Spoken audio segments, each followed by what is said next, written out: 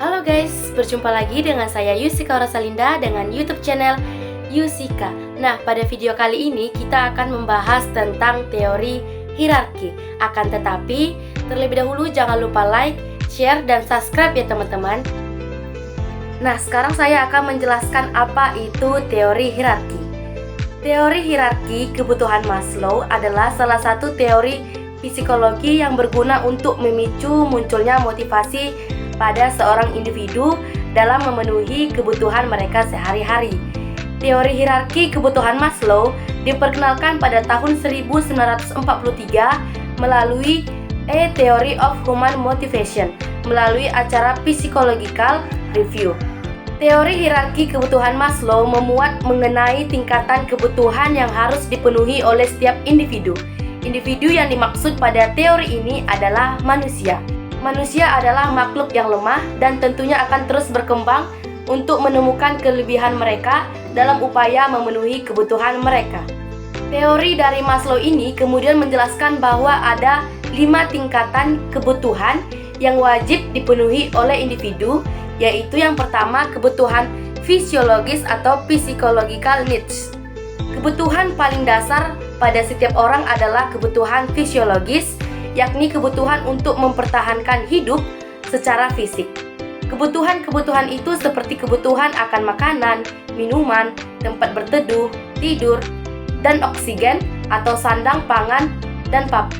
Yang kedua, kebutuhan akan rasa aman atau safety atau security needs. Kebutuhan akan rasa aman ini diantaranya adalah rasa aman fisik, stabilitas, ketergantungan, perlindungan, dan kebebasan dari daya-daya mengancam seperti kriminalitas, perang, terorisme, penyakit, takut, cemas, bahaya, kerusuhan, dan bencana alam. Yang ketiga, kebutuhan akan rasa memiliki dan kasih sayang atau social needs. Kebutuhan-kebutuhan ini meliputi dorongan untuk dibutuhkan oleh orang lain agar ia dianggap sebagai warga komunitas sosialnya. Bentuk akan pemenuhan kebutuhan ini seperti bersahabat, keinginan memiliki pasangan dan keturunan, kebutuhan untuk dekat pada keluarga, dan kebutuhan antar pribadi, seperti kebutuhan untuk memberi dan menerima cinta. Yang keempat, kebutuhan akan penghargaan atau extreme needs. Setelah kebutuhan dicintai dan dimiliki tercukupi, selanjutnya manusia akan bebas untuk mengejar kebutuhan egonya atas keinginan untuk berprestasi dan memiliki prestis.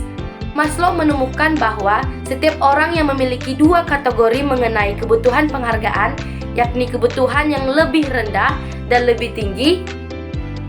Kebutuhan yang rendah adalah kebutuhan untuk menghormati orang lain, kebutuhan akan status, ketenaran, kemuliaan, pengakuan, perhatian, reputasi, apresiasi, martabat, bahkan dominasi. Kebutuhan yang tinggi adalah kebutuhan akan harga diri, termasuk perasaan, keyakinan, kompetensi, prestasi, penguasaan, kemandirian, dan kebebasan. Dan yang terakhir, kebutuhan akan aktualisasi diri atau self-aktualisasi needs. Kebutuhan aktualisasi diri adalah kebutuhan yang tidak melibatkan keseimbangan, tetapi melibatkan keinginan yang terus-menerus untuk memenuhi potensi. Nah, setelah kita telah mengetahui pengertian dari teori hierarki, saya akan mengkaitkan teori ini pada salah satu karya sastra yang berupa novel yang berjudul Endensor karya Andrea Hirata. Yang pertama, saya akan mengkaitkannya dengan kebutuhan fisiologis atau biologis. Adapun kutipan yang mencerminkan kebutuhan fisiologis atau biologis pada tokoh utama dalam novel Endensor karya Andrea Hirata. Tokoh utamanya di sini adalah Ikal. Perutku kosong, kerongkongan kering, aku tak sanggup waktu melewati danau. Aku ingin membatalkan puasaku, aku tak mampu bertahan, kembali melewati danau, aku mendesak ingin minum. Nah, di sini kebutuhan fisiologis akan makanan dan minuman yang dialami oleh Ikal. Selanjutnya, kebutuhan akan rasa memiliki dan cinta.